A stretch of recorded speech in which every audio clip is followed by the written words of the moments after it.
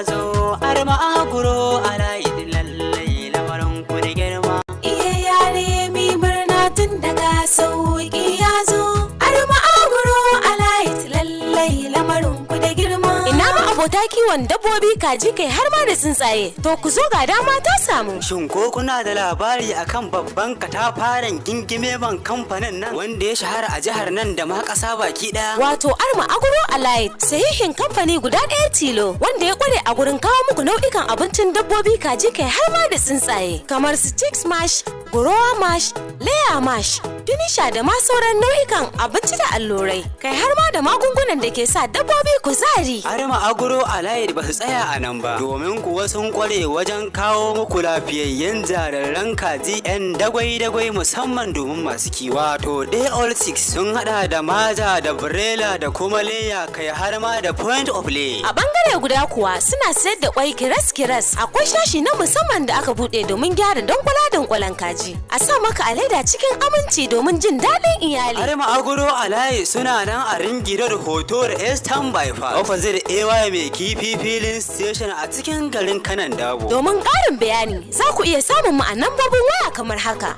0800 36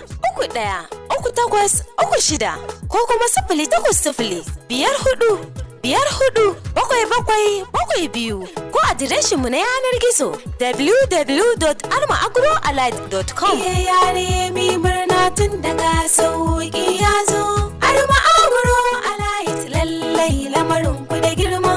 Fannin abincin kaji za ku samu a gunsu da kunzo, a sashe na dabbobi fa iri-iri har da ba mai tozo da makon